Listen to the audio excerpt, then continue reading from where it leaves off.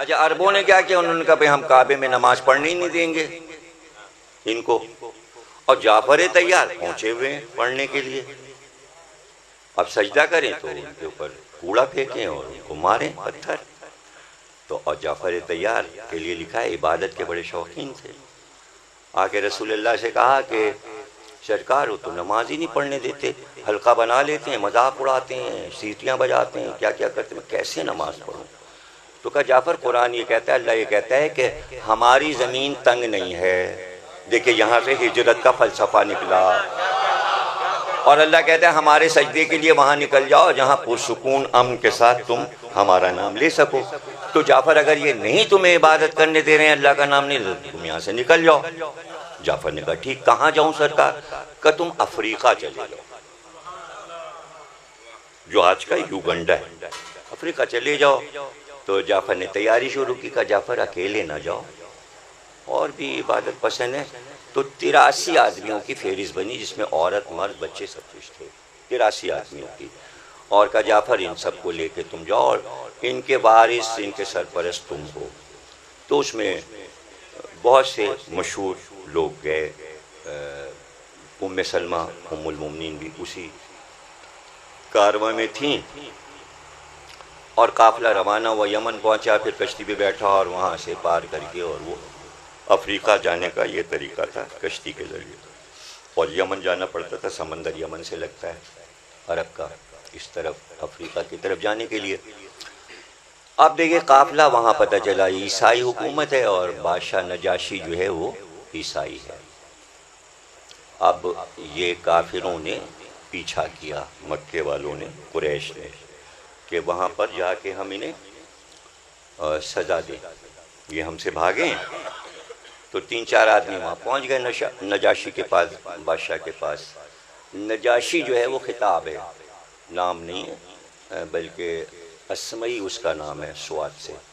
तो जैसे रूम के बादशाह को कैसर कहते थे, ईरान के बादशाह को किसरा कहते थे, इसी तरह अफ्रीका के बादशाह को नजाशी कहते थे। तो हर बादशाह नजाशी होता था, वो अपने अहद का नजाशी था। तो 4 मिसरे हज़रत अबू तालिब ने कहे। अब उस ज़माने में ज़राए अबलाग शायरी थी, जैसे आज अखबार, टेलीविज़न, कंप्यूटर है, उस ज़माने में शायरी ज़राए अबलाग, उससे पैगाम पहुँचता था। तो शेर फ़ौरन ज़बानी याद हो जाता था, मुल्को 1 हफ्ते के अंदर वो मशहूर हो जाता था। तो 4 मिसरे कहे कि नजाशी की तरफ मेरा बेटा जाफ़र गया है, पता नहीं उसने क्या सलूक मेरे बेटे से किया। बस 4 मिसरे कह दिए। वो शेर वहाँ तक पहुँच गया, नजाशी तक, अबू तालिब के। और जाहिर है कि वो समझ गया इशारा कि अबू तालिब क्या चाहते हैं। अब अबू तालिब तो अरब के बादशाह थे, वो अफ्रीका का बादशाह था। तो बादशाह की ज़बान भी समझता है, पैगाम भी समझता है। अब आप कहानी सुनने लगे, अब कहानी सुनने में लग गए, और हमारे लिए मसला पैदा करने वाले हैं, और कहानी आगे नहीं बढ़ने दे रहे हैं। आप ये बोलना है और मुझे बोलते रहना, सलवात पढ़िए।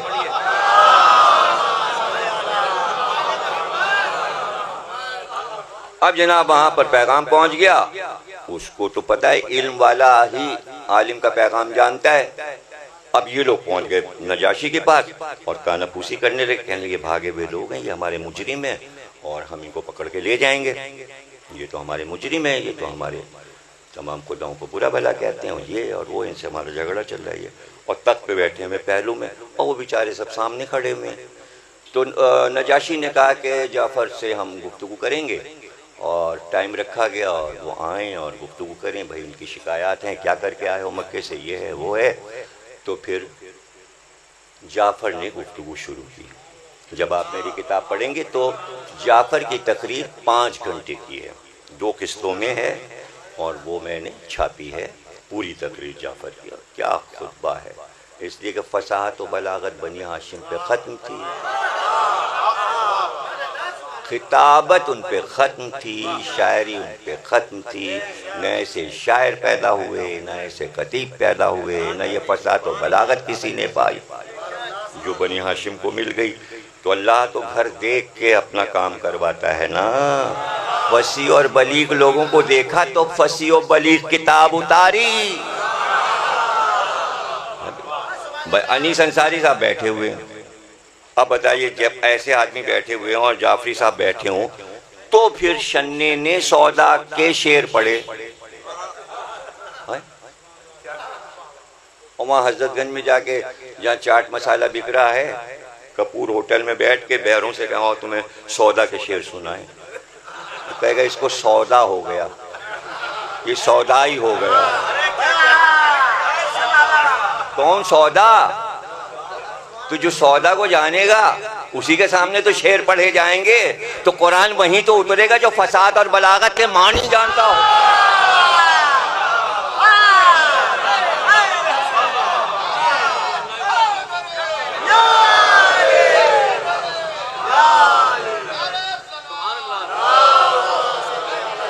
और फिर जाफर ने पूरा माजी सुनाया और कहा, नजाशी सुन, ये जो सब तेरे सामने खड़े हैं, हम नहीं जानते थे कि हलाल क्या है और हराम क्या है, हम नहीं जानते थे नजिस पानी क्या है और पाक पानी क्या है।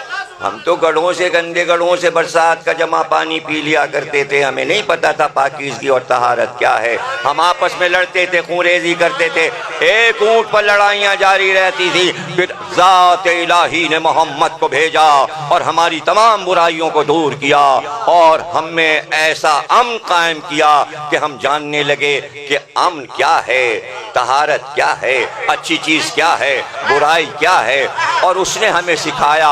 और ये जो कुछ कह रहे हैं ये गलत कह रहे हैं, जब से वो पैगाम पहुंचा रहा ये सब दुश्मन हो गए हैं उसके। देखिए बात तो बहुत अच्छी है, वो भी इल्म पसंद था नजाशी, तो वो बात तो समझ गया जाफर की, तो इल्म पसंद था नजाशी, एक एक लफ्ज को जाफर के समझ गया, एक एक लफ्ज को समझ गया। तो अब देखिए सियासत, ये लफ्ज यूनान से निकला है सियासत, तो ये जमहूरियत से हट के, हिंदुस्तान से हट के ये एक लफ्ज है। किसी की ऐबजोई करना और किसी को अपनी तरफ करना और दुश्मन बनाना, इस मफहूम में मैं आपको बता रहा हूँ। तो कान में वो आए हुए सफ़ीरों ने नजाशी को ये कहा, देखिए कमाल देखिएगा, देखा बादशाह मुतासिर हो गया, ऐसा ना हो मोहम्मद के पैगाम की तरफ रागिब हो जाए। तो कान में कहा, इनसे पूछिए तो ये ईसा के बारे में क्या कहते हैं।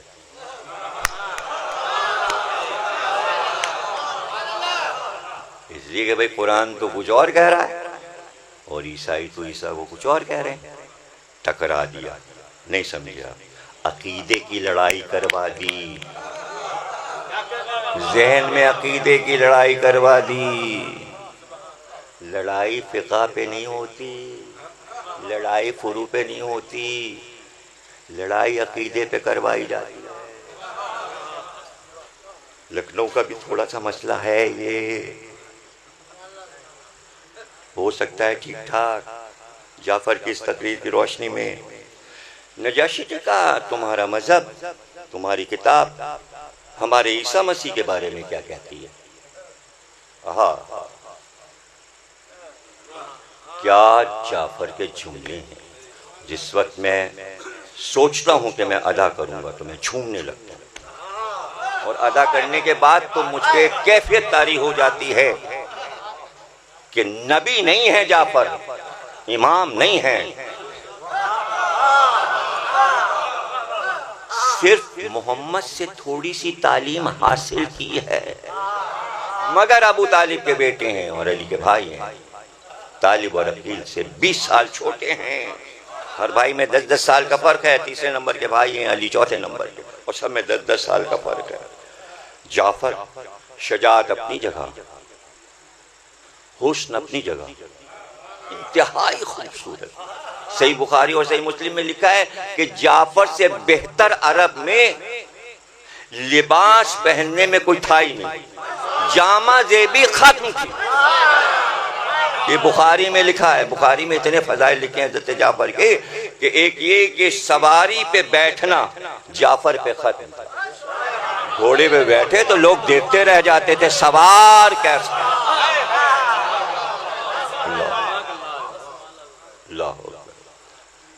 हुस्न, खूबसूरती, अमामा बांधे खड़े हुए, शमले लटके हुए, कबादोश पे कबा पहने में कमर कसी हुई है पटके से, तकरीर कर रहे हैं। बलन कामत, हुस्न में लाजवाब, फसाहत और बलागत, लहजा खूबसूरत।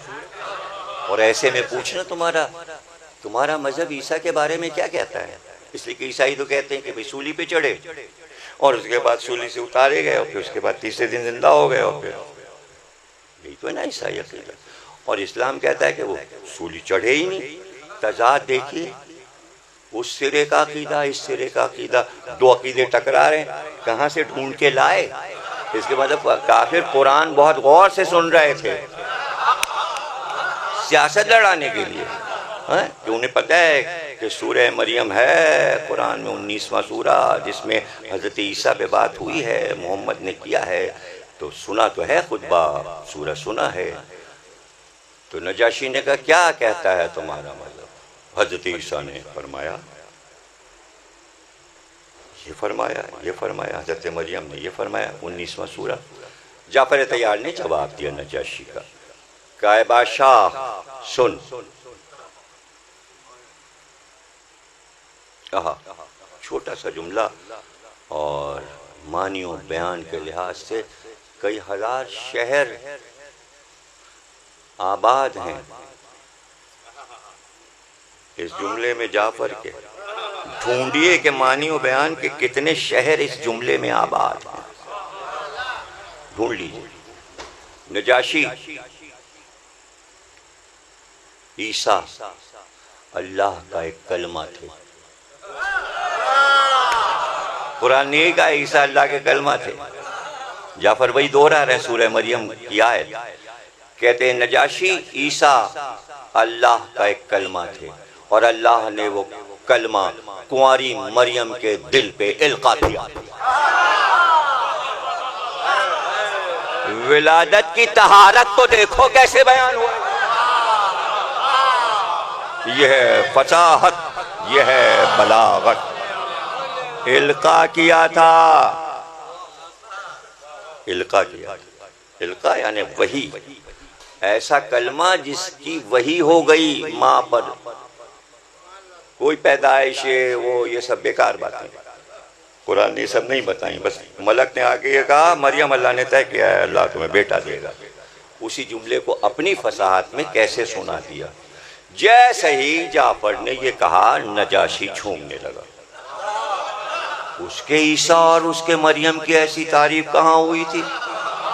ऐसी तारीफ तो इंजील ने भी नहीं की थी। वो तो हैरान हो गया और उतरा तक से और उतर के जमीन पे बैठ गया। और तमाम चारों तरफ जितने अफ्रीकन्स खड़े थे सबकी आंख से आंसू बह रहे थे। नजाशी भी फजाइल अपने नबी और नबी की माँ की सुनकर रोने लगा। ये खुशी के आंसू होते हैं, है ना। जब आप कभी सुनते हैं कि फ्रांस के किसी स्कॉलर ने हुजूर की तारीफ की तो आंख में आंसू आ जाते हैं। ये एक नफ्सियाती चीज़ है। उसके भी आंसू आ गए। जमीन पे बैठा वहाँ एक तिनका पड़ा था, वो तिनका उठाया उसने और कहा अहले दरबार, हमारा जो अकीदा है, इंजील जो कहती है ईसा और मरियम के बारे में और जो कुछ जाफर ने कहा, इन दोनों बयानात में इस तिनके के बराबर भी फर्क नहीं। अब देखिए मैंने क्या कहा था, जुमला मैंने कहा था जहां अकायद की लड़ाई हो वहां दोनों तरफ के अकायद ऐसे बयान कर दो कि तिनका बराबर फर्क ना हो।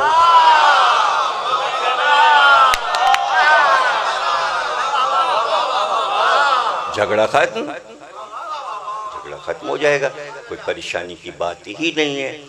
तो उसने कहा कि तुम 83 आदमी जहां चाहो हमारे मुल्क में रहो, हम तुम्हें कॉलोनी देते हैं, मकानात बना के देंगे, जब तक चाहे अफ्रीका में रहो। और मकान दे दिए गए। तो उस वक्त ये था कि सब गले मिलने लगे। ईद हो गई आपस में, जहाँ डर था कि कहीं कत्ल न कर दिए जाए। और नजाशी ने उनको भगा दिया, मक्के के जाहिलों को, वो वापस चले गए। और ये रहने 14 साल ईसाई मुल्क में मुसलमान 14 साल आराम से रहे। जुमला पसंद नहीं आया आपको? उसी की तासी में आज सारे ईसाई मुल्क अपने कलेजे से मुसलमानों को लगाए बैठे हैं। भाई वाह करना पड़ेगी आपको। फ्रांस नेशनलिटी देता है मुसलमानों को, लंदन देता है, अमेरिका देता है, जर्मनी देता है, हॉलैंड देता है, सऊदी अरब मुसलमानों को नेशनलिटी नहीं देता।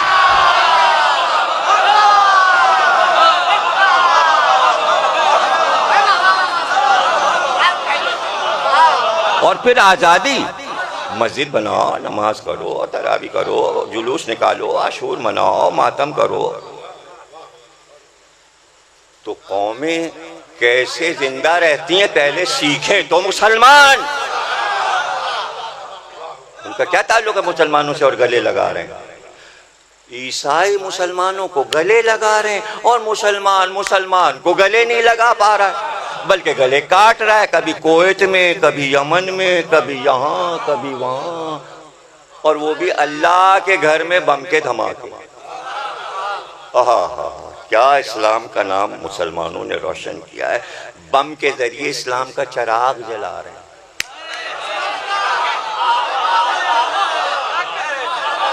अब 14 साल के बाद 7 हिजरी में जब खैबर फतह हुआ और मदीने में इस्लाम अपने उरूज पे पहुंचा, तो जाफर के वहाँ शादी भी वहीं हुई। नजाशी ने भी शादी की। जब उसके यहाँ बेटा पैदा हुआ तो जाफर के यहाँ भी पहला बेटा पैदा हुआ, उसने जश्न मनाया। तुम्हारे यहाँ भी बेटा हुआ, हमारे यहाँ भी बेटा हुआ। और उसने भी अपने बेटे का नाम अब्दुल्ला रखा और जाफर ने भी अपने बेटे का नाम अब्दुल्ला रखा। अब्दुल्ला इब्ने जाफर सबसे बड़े बेटे, फिर दूसरा बेटा ओन हुआ, फिर तीसरा बेटा मोहम्मद हुआ। जाफर के कई बेटे हुए।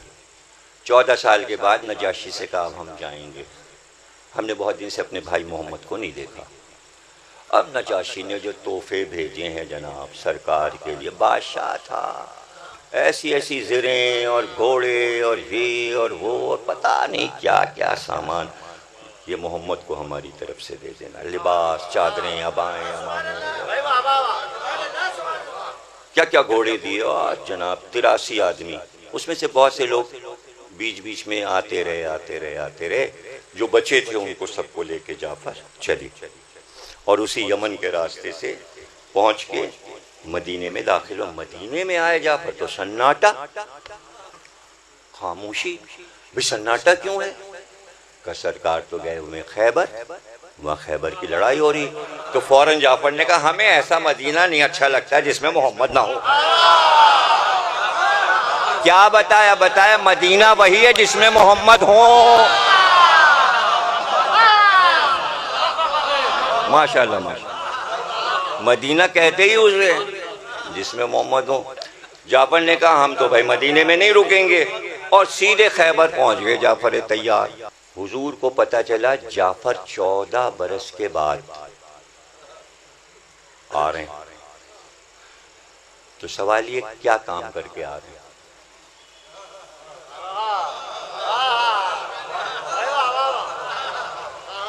देखिए अमेरिका को पता चला कि मेरे पास कुछ बहुत कीमती मखतूतात हैं 700-800 बरस पुराने। उनका सफ़ीर मेरे घर आ गया, एम्बेसडर जेम्स ने कहा मुझे दिखाइए कुतुब खाना। मैंने दिखा दिया, उसने वीडियो बनाया। हम भाई ख़रीदेंगे। हमने कहा भाई ख़रीद लीजिए। भाई कितने के? उन्होंने कहा इतने के। पैसे आएंगे हांगकांग के बैंक से, अमेरिकन बैंक से। अरे भाई आप तो चीज़ ले जाएंगे, पैसे बाद में देंगे, आप लोगों को कोई ठिकाना। वो बचा। फिर उसने बताया कि मैंने जो PhD की है वो इस मौजू पे की है। सफ़ीर एम्बेसडर मुझे बता रहा है मैंने PhD की है अफ्रीका में इस्लाम की आमद कैसे हुई। ये मौजू मेरा वर्जीनिया यूनिवर्सिटी में PhD का मौजू था। समझिए आप? तो इस्लाम की पहली ईंट रखी जाफर ने अफ्रीका में कि आज बर्रे आज़म ला इलाहा कह रहा है। किसने कहलवाया? जाफर। तो हुजूर को मालूम है कि जाफर क्या काम करके आ रहे हैं। और खैबर की फतह के बाद एक और कौम खामोश बैठ गई जो इस्लाम की दुश्मन थी। तो एक तरफ ईसाई, एक तरफ यहूदी।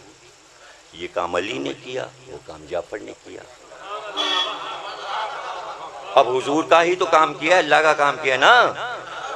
हुजूर ही तो पैगंबर है। हुजूर ने फरमाया कि जाफर के इस्तकबाल को हम आप चलेंगे। तो जनाब अली हमने फरमाया इस्तकबाल हम करेंगे, हम करेंगे इस्तकबाल। अब जाफर को पता चला हुजूर खुद आ रहे हैं इस्तकबाल को, बड़ा भाई आ रहा है, पैगंबर आ रहा है इस्तकबाल को।